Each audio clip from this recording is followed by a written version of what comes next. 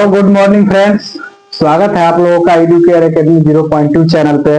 तो आज एक प्रश्न रखे हैं क्लास 8 का एज से संबंधित प्रश्न है जो बच्चों को बहुत सताती है, बहुत डराती है।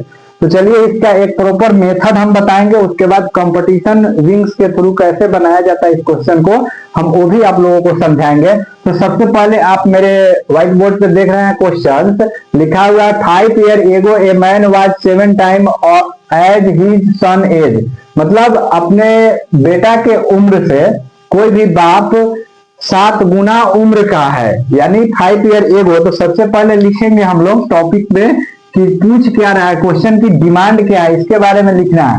5 ईयर एगो, तो यहाँ पे लिखेंगे 5 ईयर एगो। इसका कहने का मतलब होता है कि 5 साल पहले।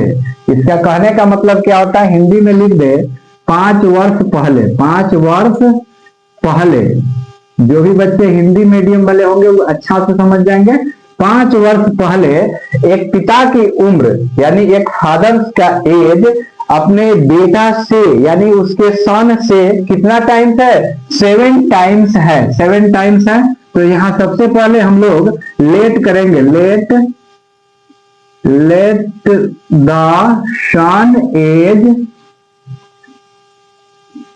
एक्स ईयर, इसमें एस नहीं लगाएंगे, एक्स ईयर, यानी कि 5 साल पहले किसी पुत्र का उम्र 1 वर्ष है। हिंदी मीडियम वाले ध्यान देंगे, 5 साल पहले किसी पुत्र का उम्र पिता से 7 गुना है। तो अब यहाँ पे फादर एज लिखेंगे। सबसे पहले क्या लिखेंगे, फादर एज, यानी कि पिता की उम्र। फादर एज 7 टाइम था तो 7x हो गया। अब मैंने यह डाटा 5 साल पहले का लिया हुआ, 5 ईयर एगो, यानी 5 साल पहले किसी पुत्र का उम्र x ईयर है तो उसके पिता का उम्र 7x यानी 7x है। तो अब आते हैं प्रेजेंट एज। प्रेजेंट एज में अब यहाँ पे हेडिंग लिखेंगे हम लोग, कंफ्यूजन पॉइंट यहीं पे होता है। Present age, present age, present age both, यानी दोनों का प्रेजेंट एज निकालेंगे। इसका सबसे पहले 5 साल पहले x वर्ष है तो अभी प्रेजेंट में सन का उम्र कितना हो जाएगा, सन का उम्र x + 5 हो जाएगा। ठीक है। अब इसके बाद पिता की उम्र निकालेंगे। पुत्र का तो निकाल दिए, पिता की उम्र देखेंगे, फादर एज कितना होगा, फादर एज कितना होगा, फादर एज हो जाएगा 7x + 5, 7x + 5, दोनों में लगाएंगे ईयर, ईयर। ठीक है। अब यहां जब हम प्रेजेंट एज फाइंड कर लिए तो क्वेश्चन का टर्निंग पॉइंट कहता है कि 5 ईयर आफ्टर। अब यहां से देखना है हमको 5 ईयर आफ्टर, कहां देखना है, 5 ईयर्स आफ्टर, 5 ईयर आफ्टर, यानी कि 5 वर्ष के बाद। हिंदी मीडियम वाले ध्यान देंगे, 5 वर्ष के बाद, 5 वर्ष के बाद। तो प्रेजेंट एज से ही हम लोग कंपेयर करेंगे। किससे कंपेयर करेंगे, प्रेजेंट एज से ही कंपेयर करेंगे। प्रेजेंट एज सन का है x + 5, तो 5 साल बाद सन का उम्र क्या हो जाएगा, x + 5 + 5। ठीक है। अब दूसरे तरफ फादर का 5 ईयर आफ्टर एज क्या हो जाएगा, बोलिए, फादर का आफ्टर एज हो जाएगा 5 ईयर, 7x + 5 + 5, यही ना था। तो 7x प्लस। अब यहां से समझेंगे कि करना क्या है। यहां पे करना है, क्वेश्चन में कह रहा है कि 5 साल बाद, 5 साल बाद पिता की उम्र पुत्र के उम्र से 3 गुना होगा, यानी 3 टाइम्स होगा। तो यहां पे पहले सोल्व करके हम लोग लिखेंगे x + 10, x + 10, अभी फादर का उम्र हो जाएगा 7x + 10। अब कहता है कि ओ भाई साहब, 5 साल के बाद जो सन का उम्र है यानी पिता का उम्र, दोनों में 3 टाइम्स का डिफरेंस है, यानी 3 गुना है।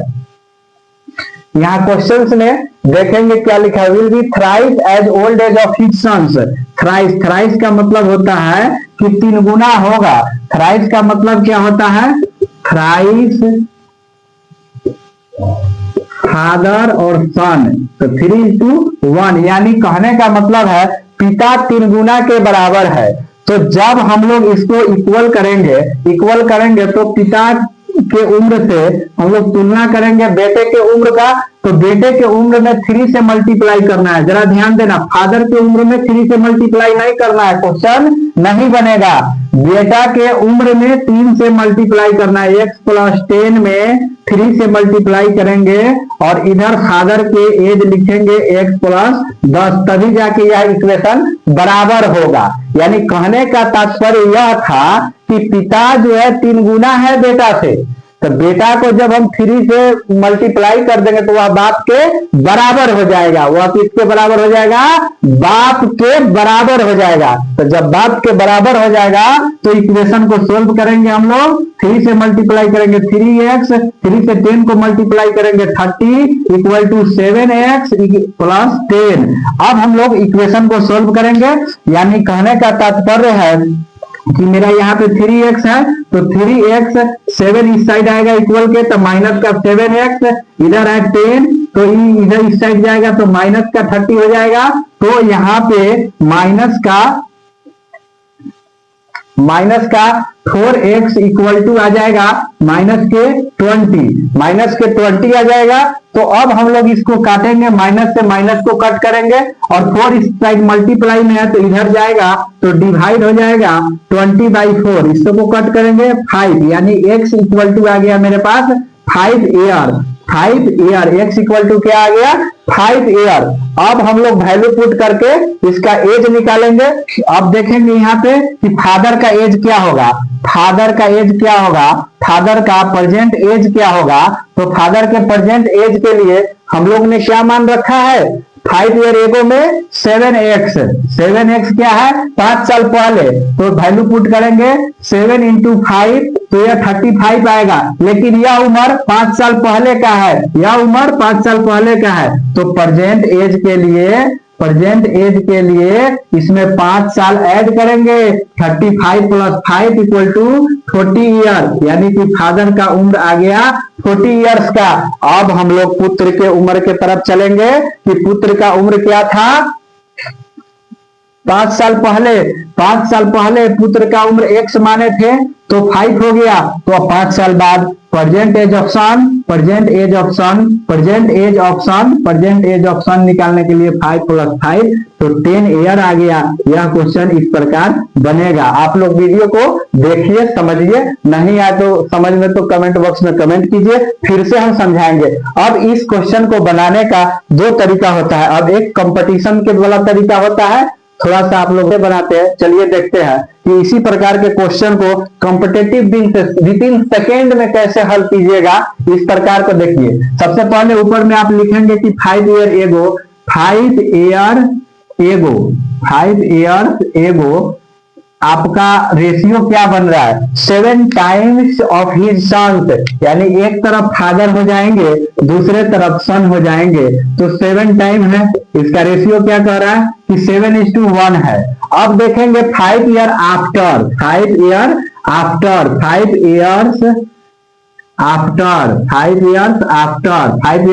क्या हो जाएगा? 3 टाइम्स ऑफ ओल्ड एज। अब भैया मेरे प्यारे बच्चों, यह देखोगे कि इसके दोनों के बीच का डिफरेंस कितना है? 2 ईयर का। इसके दोनों के बीच का डिफरेंस कितना है? 6 का। तो रेशियो को बराबर करने के लिए उसके डिफरेंस को बराबर करते हैं। रेशियो को बराबर करने के लिए क्या करते हैं? उसके डिफरेंस को बराबर करते हैं। तो इसके डिफरेंस 6 है तो इसमें 6 से मल्टीप्लाई कीजिए।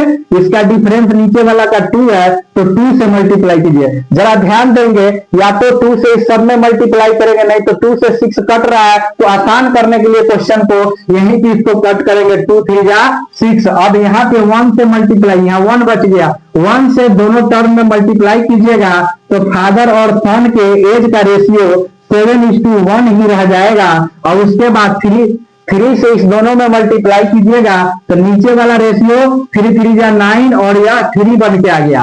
अब मुझे देखना है, पता करना है कि बोथ साइड डिफरेंस क्या बन रहा है। 2 का डिफरेंस बन रहा है 2 का डिफरेंस बन रहा है। याद रखिए दोनों में 2 का डिफरेंस है तो यहाँ 2 लिखेंगे। अब एज 5 ईयर एगो और 5 ईयर आफ्टर, 5 ईयर एगो 5 ईयर आफ्टर दोनों का डिफरेंस देखिए। मान लीजिए मेरा यह एक हाथ 5 मीटर की लंबाई है और दूसरे हाथ भी 5 मीटर की लंबाई पे है, तो दोनों हाथ की प्रॉपर लंबाई 10 मीटर होगा ना। दोनों हाथ की लंबाई क्या होगा? 10 मीटर होगा। इसलिए 5 ईयर एगो 5 ईयर आफ्टर दोनों समय के बीच का गैप हो गया 10 ईयर। तो 1 बराबर 5 आ जाएगा। 1 बराबर इसको जब काटेंगे तो 1 बराबर 5 आ जाएगा। तो ध्यान दीजिए रेशियो में इसी 5 का मल्टीप्लाई करना है। फादर और सन का एज 7:1 था। कितने साल पहले? 5 साल पहले। कितने साल पहले? 5 साल पहले। 5 ईयर एगो या कितना साल का रेशियो था? 7:1 का। तो इसमें 5 से मल्टीप्लाई कीजिएगा 5 से, तो यह क्या हो जाएगा?